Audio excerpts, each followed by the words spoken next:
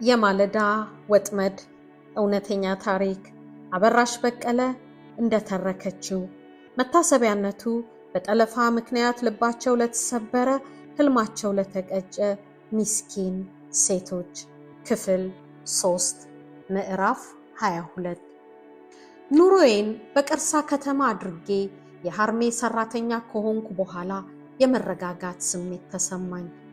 የሟቹ ጠላፊ ቤተሰቦች በጊዜው ርቀት ምክንያት የረሱኝ ይመስላል። ቀርሳ ከተማ መኖር ስጀምር አባትና እናቴን ወንድሞቼንና እህቶቼን በቅርቡ በቀላሉ ማግኘት ስለቻልኩ ደስተኛ ሆንኩ። በዚያ ላይ ደግሞ ልጄ ኪዩ አብሮኝ ይኖራል። የምኖረው በወላጆቼ ቤት ነው። ግቢውን ዙሪያውን በቆርቆሮ አሳጥሬ የብረት በር አስገጠምኩለት። ቤቱንም ፍሬንች ዶር እና ተመሳሳይ የብረት መስኮቶችን አስገጥሜ ቀለም አስቀብቼ ጥሩ አድርጌ ያሳደስኩት። ከዋናው ቤት በስተጀርባ ባሉ ሰርቪስ ክፍሎች ተከራዮች ይኖራሉ። 3 ክፍሎች ባሉት በዋናው ቤት እኔና ኪዩ እንኖራለን። በአዳማ ልጀምረው ያሰብኩትን የንግድ ስራ በቀርሳ ለመጀመር ወሰንኩ። ቀርሳ የገጠር ከተማ ስለሆነች የህዝቡ ቁጥር አነስተኛ ነው። የቤት ኪራይም ርካሽ ነው።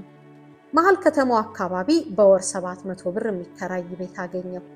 የ6 ወር ኪራይ በቅድሚያ ከፍዬ ሚኒ ማርኬት ከፈትኩ። በሚኒ ማርኬቱ ከዚህ በፊት በቀርሳ ተሸጠው የማያውቁትን ጨምሮ በርካታ ሸቀጣሸቀጦች መሸጥ ጀመሩ።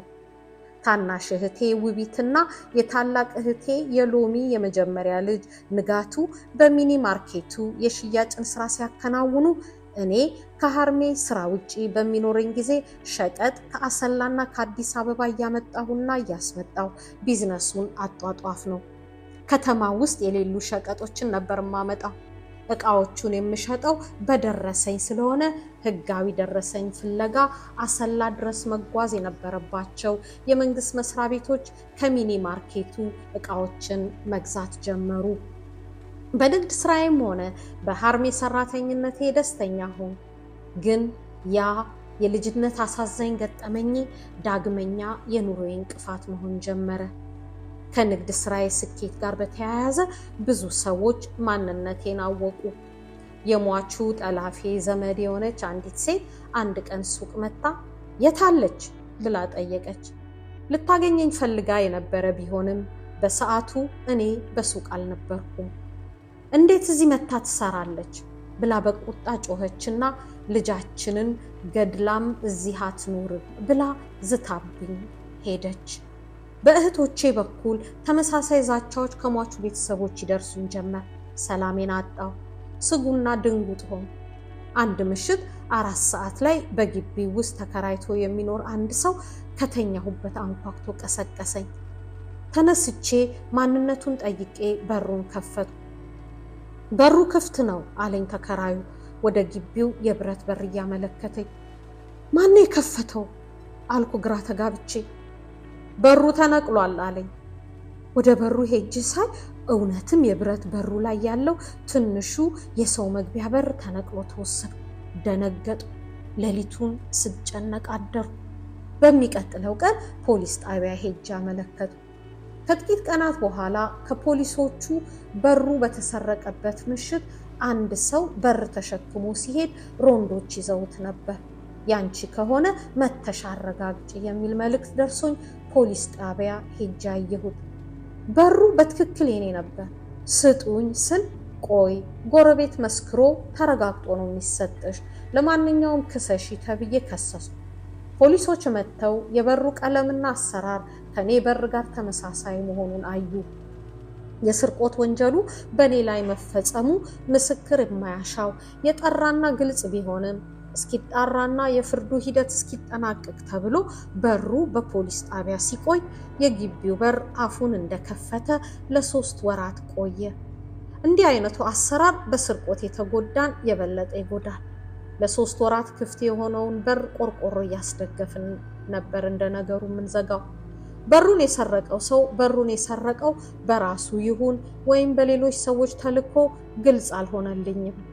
ግን ያ የልጅነት ገጠመኝ ነፃነት ይነፍጎ ይኖራል። ስጉና ተጠራጣሪ አድርጎኛል።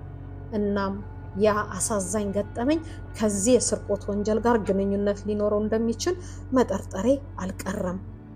አንድ ምሽት ሌላ አስደንጋጭ ሁኔታ ተፈጠረ።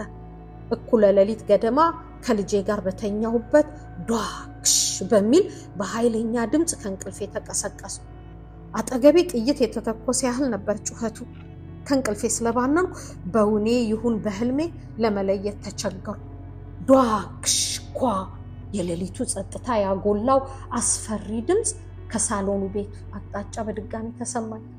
ከእንቅልፌ በደንብ ነቃው። ድምፁ ምን እንደሆነ ለመገመት ተቸገርኩ።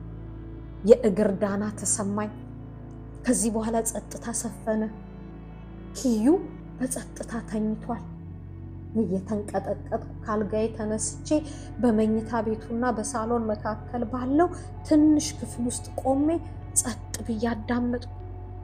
ምንም ድምፅ ስላልተሰማኝ ወደ ሳሎን የሚያስገባውን በሩን ከፍቼ መብራት ሳላበራ በውጭው ደካማ የብርሃን ወጋገን ሳሎኑ ውስጥ የተለየ ነገር ካለ ለማየት ሞከርኩ።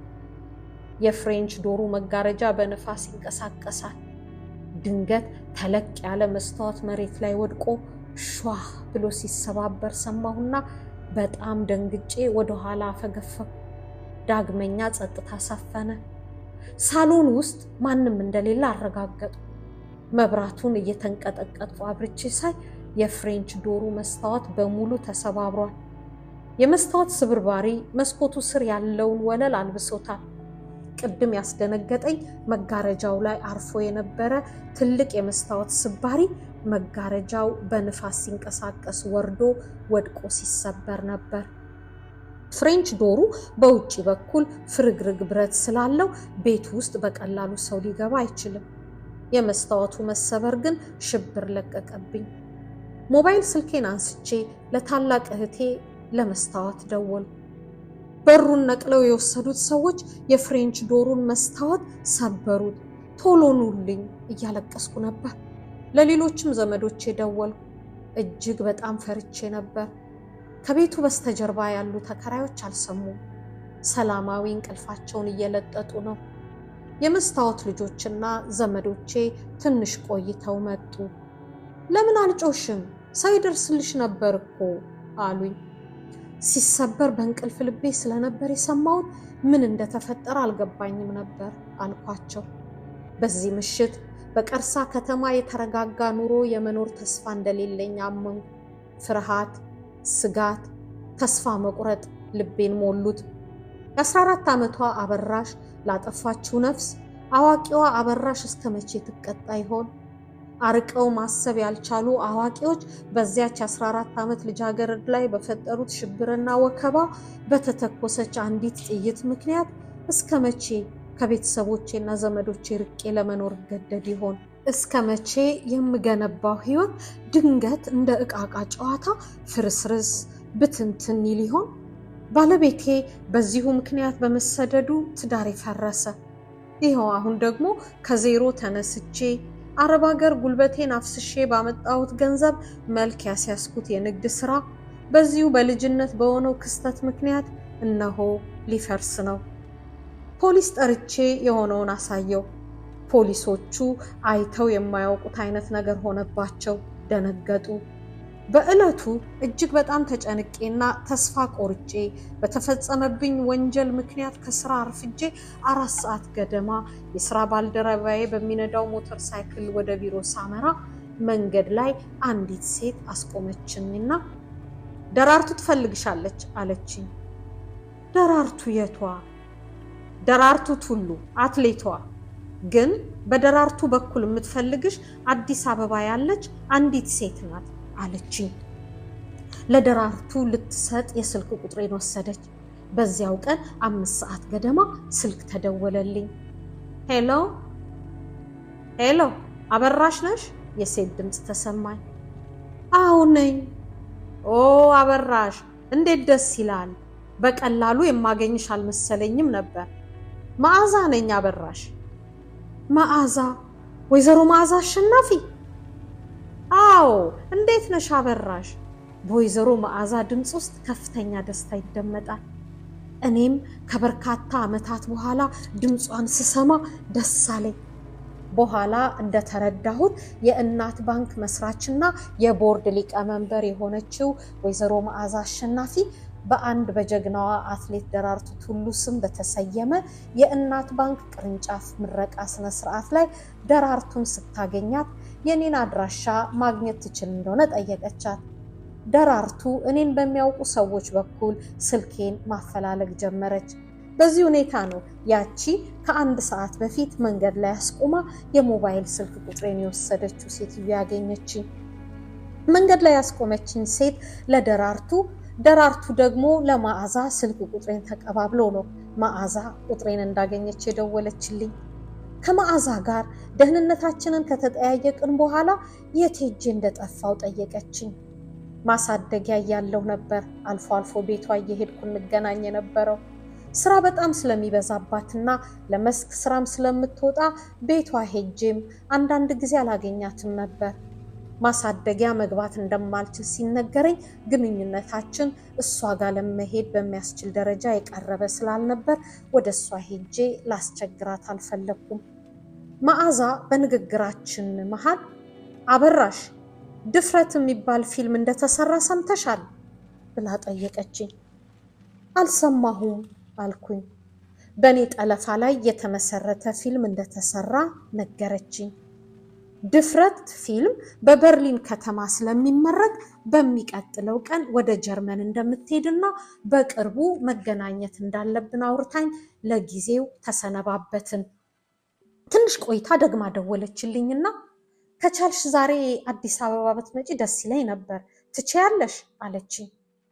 ከመስሪያ ቤቴ ፈቃድ ማግኘት እንደምችል እርግጠኛ አልነበርኩም። እኔ እንጃ ፈቃድ ከሰጡኝ ነው መምጣት የምችለው አልኳት።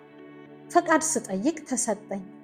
ተስፋ ቆርጬና ቀርሳ መኖር እንደማልችል ተረድቼ ስለነበር ይህ አጋጣሚ ምናልባት መልካም እድል ሊፈጥር ይችል ይሆናል በሚል ተስፋ ወደ አዲስ አበባ በዚያው ዕለት ለመሄድ ተነሳሁ። ከቀኑ 10 ሰዓት ከቀርሳ በአውቶቡስ ተሳፍሬ ወደ አሰላ ሄድኩ። ከአሰላ በሚኒባስ አዳማ፣ ከአዳማ በሌላ ሚኒባስ ተሳፍሬ አዲስ አበባ መዓዛ ቤት ስደርስ ከምሽቱ 4 ሰዓት ሆኖ ነበር። መዓዛና ባለቤቷ የሞቀ አቀባበል አደረጉልኝ። ድፍረት የኔን የጠለፋ ታሪክ መሰረት አድርጎ የኢትዮጵያ ሕግ ባለሙያ ሴቶች ማህበር ለኔ ከግድያ ወንጀል ነፃ መሆን ያበረከተውን አስተዋጽኦ ጎላ አድርጎ የሚያሳይ ፊልም ነው። ይገርማል። የጠለፋ ታሪኬ በትውልድ አካባቢ እንደ ወንጀለኛ ሲያስቆጥረኝ፣ በሌሎች ዘንድ ደግሞ እንደ ጀግና እንድታይ አድርጎኛል።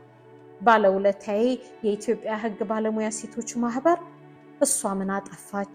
ተጠለፈች፣ ተደፈረች፣ ራሷን ለመከላከል ተገዳ ነው ጠላፊዋን የገደለችው በሚል ስሜት ውስጥ ሆኖ ነው ለኔ ጥብቅና የቆመልኝና አሸንፎም ከእስራት ነፃ እንድወጣ ይረዳኝ። የድፍረት ፊልም አዘጋጅም በዚህ ስሜት ውስጥ ሆኖ ፊልሙን እንደሰራው ግልጽ ነው። እንግዲህ ይህ ፊልም ነው በጀርመን በርሊን የሚመረቀው። አንቺም በምርቃቱ ላይ ብትገኝ ጥሩ ነበር፣ ግን የት እንዳለሽ ስላላወቅኩ ነው እንጂ ቀደም ብዬ ባገኝሽ ኖሮ አብረን እንሄድ ነበር አለችኝ ወይዘሮ መዓዛ። አሁን ስላለሁበት ሁኔታም ጠየቀችኝ። ከቀርሳ ለመልቀቅ በማስብበት ጊዜ ነበር የደወልሽልኝ ብዬ ያለሁበትን አስጨናቂና አስፈሪ ሁኔታ አብራርቼ ነገርኳት። ወይዘሮ መዓዛ በጣም አዘነች። የመበቀል ወይም የቁጭት ስሜት ከሟቹ ቤተሰቦች ልብ ከጊዜ ብዛት የሚደበዝዝና የሚጠፋ መስሏት ነበር። በእርግጥ ለኔም መስሎኝ ነበር። ነገር ግን በንግድ ያገኘሁትን መጠነኛ ስኬት ተከትሎ ያ የተዳፈነ ስሜት እንደ አዲስ ተቆሰቆሰ። መዓዛ በፊልሙ የተሻሉ እድሎች ወደፊት ሊያጋጥሙኝ እንደሚችሉ፣ ፊልሙም በቀጣይ በኢትዮጵያ ሲመረቅና ሲታይ የኔም ጉዳይ ዳግመኛ ትኩረት ሊስብ እንደሚችል ያላትን ተስፋ እየነገረችኝ፣ ተስፋው ተሟጦ የነበረውን ልቤን በተስፋ ሞላችው። በእርግጥ የኔ ዋና ፍላጎትና ታላቅ ምኞት የህዝብ ትኩረት መሳብ አይደለም። የኔ ታላቅ ምኞት የተረጋጋና ሰላማዊ ኑሮ መኖር፣ ልጄን በስርዓት ተንከባክቤ ማሳደግ ነው። የኔ ታሪክ ጠለፋንና ጠላፊዎችን ማስቆም ቢችል እመኛለሁ። ግን ጠለፋ ቁጥሩ ቀንሷል እንጂ እስካሁን በተለያዩ ምክንያቶች አልቆመም። ጠለፋ በሌለበት አካባቢ ለሚኖር ሰው የኔ ታሪክ ስለ ጠለፋ ተጨማሪ ዕውቀትና ግንዛቤ ፈጥሮ ይሆናል። ጠለፋን በተመለከተ የተቀመጠው ሕግ በተወሰነ መልኩ ተግባራዊ እንዲደረግ ምክንያት ሆኗል። አሁን ደግሞ ከዕለታት አንድ ቀን ሙኔሳ ወረዳ ውስጥ በአንዲት የ14 ዓመት ልጃገረድ ጠለፋን ተከትሎ የተፈጸመው ድርጊት ጉዱ አላልቅ ብሎ ፊልም ተሰርቶ በዓለም ዙሪያ መታየት ጀምሯል። ፊልሙን ያዩ ሰዎች የት ነች ብለው ስለኔ ከጠየቋት ፎቶዬን ለማሳየት ብላ የተገናኘንለት ማታ ከመዓዛ ጋር ፎቶ ተነሳን። መዓዛ በፊልሙ ውስጥ የእሷን ገጸ ባህሪ ወክላ ከምትጫወተው ከተዋናይት ሜሮን ጌትነት ጋር በቀጣዩ ቀን ወደ በርሊን በረሩ። ከ3 ቀናት በኋላ ፊልሙን አስመርቀው ተመለሱ። ቀጣይ የህይወት አቅጣጫዬን ፈልጌ እስካገኝ ወይዘሮ መዓዛ እኔና ልጄ ከእናቷ ጋር አብረን እንድንኖር አደረገች። ስለ ደግነቷ መስግኛት ከእናቷ ጋር መኖር ጀመርን። የወይዘሮ መዓዛ እናት የልጅነት ውበታቸው አሁንም በአዛውንት ፊታቸው ላይ የሚታይ ብልህ ሴት ናቸው። ከኚህ በሳል ሴት ጋር መኖር ለኔ አስደሳችና መልካም ነበር።